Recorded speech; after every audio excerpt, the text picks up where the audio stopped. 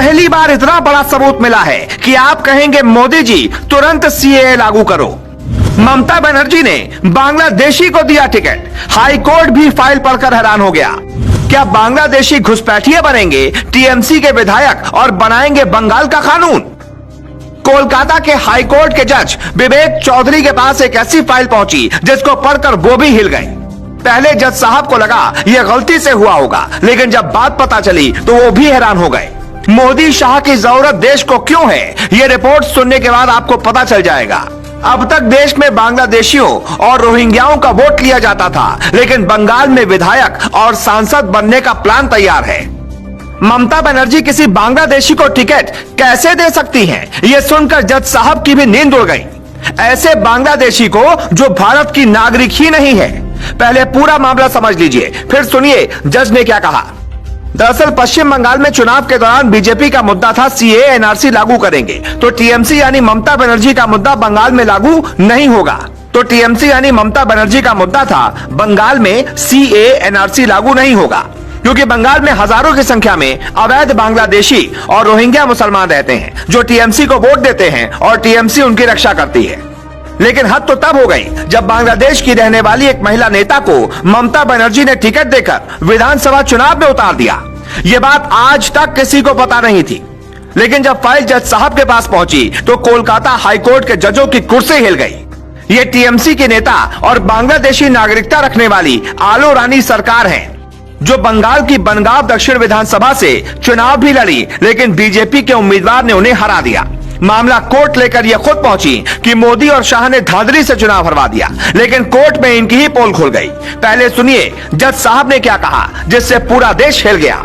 फैसला सुना रहे कोलकाता हाईकोर्ट के जस्टिस विवेक चौधरी ने कहा, याचिकाकर्ता आलो रानी सरकार ने यह माना है कि गलती से उन्होंने बांग्लादेश की नागरिकता ले ली, लेकिन भारत में दोहरी नागरिकता का प्रावधान नहीं है, इसलिए वो भारत की नागरिक नहीं हो सकती। ऑर्डर की एक कॉपी चुनाव आयोग को भेजी जाए और वो जांच करे कि इन्होंने चुनाव कैसे लड़ा। जब आप अभी भी बांग्लादेश की वोटर हैं, तो भारत में चुनाव कैसे लड़ लिया? अगर आपके पास वोटर आईडी कार्ड है, आधार कार्ड है और पासपोर्ट है, तो भी आपकी नागरिकता साबित नहीं होती है कि आप भारत की नागरिक हैं, क्योंकि आपके पास बांग्लादेश की नागरिकता है।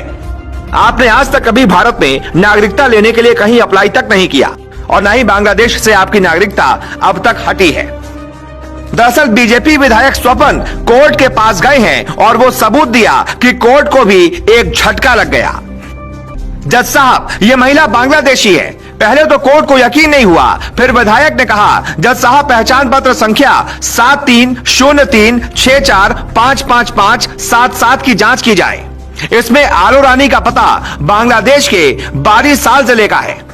आलो रानी सरकार के खिलाफ बीजेपी ने मोर्चा खोल दिया है। टीएमसी का रजिस्ट्रेशन रद्द करने की मांग की गई है।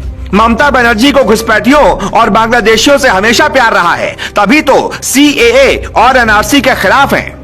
मोदी सरकार ने जब बीएसएफ का दायरा बढ़ाया तब भी दिल्ली पहुंच गई। घुसपैठियों को रोकने से परेशानी क्या है? बीते साल ही कई ऐसे बांग्लादेशी पकड़े गए जो फर्जी वोटर कार्ड बनाकर बंगाल में रह रहे थे। ज्यादातर लोग मजदूर हैं। साल 2005 में सदन में ममता ने कहा था कि बंगाल में घुसपैठ एक त्रासदी है। स्पीकर पर पर्चा फेंक दिया था। बंगाल की वामपंथी सरकार पर घुसपैठियों को शरण देने के आरोप लगाती थी। अब खुद वही काम कर रही हैं।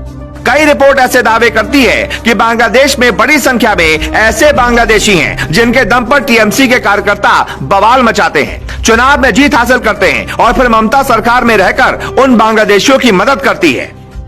वोट बैंक के चक्कर में बंगाल की जनता को सबसे ज्यादा भारी नुकसान हो रहा है और ये बात पीएम मोदी और अमित शाह अच्छी तरह से जानते हैं। तभी तो बंगाल की धरती से अमित शाह ने कहा कि कोरोना खत्म होने दो, फिर देश भर में सीएए लागू करेंगे। तो ममता बनर्जी के माथे पर पसीना आ गया था।